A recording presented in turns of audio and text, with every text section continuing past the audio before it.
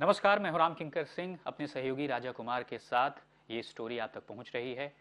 देखिए, 11 मई को जैसे ही सुप्रीम कोर्ट का आदेश आया, उसके बाद से कुछ ही वक्त बीता कि तुरंत एक ऑर्डिनेंस आया और उस अध्यादेश के बाद जो आम आदमी पार्टी की खुशी थी वो काफूर हो गई। बहुत चंद वक्त की थी और उसके बीच जो है बहुत सादा राजनीतिक घटनाक्रम हुए, सियासी घटनाक्रम हुए, जिसे बीजेपी ने हथियार बनाया और अध्यादेश के मसले पर उन्होंने इसे एक हथियार के तौर पर इस्तेमाल किया आम आदमी पार्टी के खिलाफ। अब आम आदमी पार्टी ने अपने डिफेंस में सबसे पहले तो नीतीश कुमार की का समर्थन ले लिया है, उसके बाद से ममता बनर्जी का समर्थन ले लिया है, उद्धव ठाकरे और शरद पवार दूसरे तमाम नेताओं से मिल रहे हैं और साफ तौर पर जो सांसदों का आंकड़ा चाहिए वो लेने के लिए बिल्कुल तत्पर हैं। यानी कि साफ तौर पर है कि खुशी मिली, बहुत कम वक्त की थी और अब फिर संघर्ष शुरू हो गया। दूसरी तरफ अगर आप दिल्ली नगर निगम की बात करें तो दिल्ली नगर निगम में भी सबसे पहले आपको बता दूं को जो बीजेपी है उसे कई मौकों पर जो है मुंह की खानी पड़ी। यानी स्टैंडिंग कमेटी का जो चुनाव हुआ उसमें उसके जो 3 कैंडिडेट थे उनको लेकर विवाद हो गया और काफी समय से ये पूरा मामला जो है कोर्ट में था। आपको बता दूं कि 25 फरवरी को स्टैंडिंग कमेटी का चुनाव हुआ।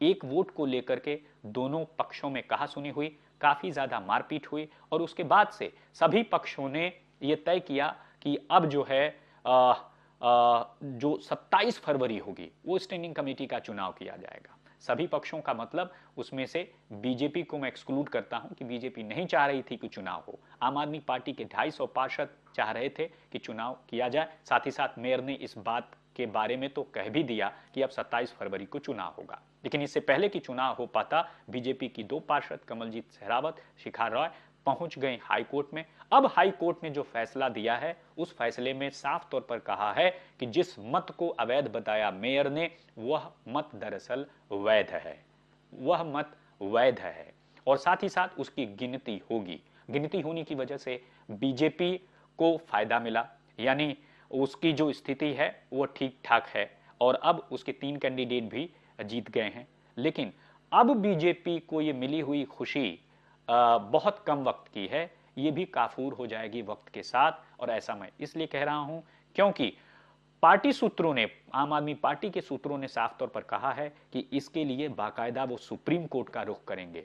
यानी एक बार फिर जो बीजेपी को खुशी मिल रही थी वह काफूर हो गई। यानी कि अब आपने देखा कि आम आदमी पार्टी और बीजेपी में जिस तरह से राजनीतिक घटनाक्रम चल रहा है, खासकर नगर निगम चुनाव में और कोर्ट में एक के बाद एक मामले चले जा रहे हैं, उससे साफ तौर पर लगता रहा है कि सियासी चाल में कभी कोई आगे बढ़ता दिख रहा है तो कोई कभी आगे बढ़ता हुआ दिख रहा है। ऑर्डिनेंस आया तो केंद्र सरकार ने जो है दबाव बनाया और इधर आपने देखा कि जब हाई कोर्ट का आदेश आया तो अब आम आदमी पार्टी की बारी है सुप्रीम कोर्ट में जाने की।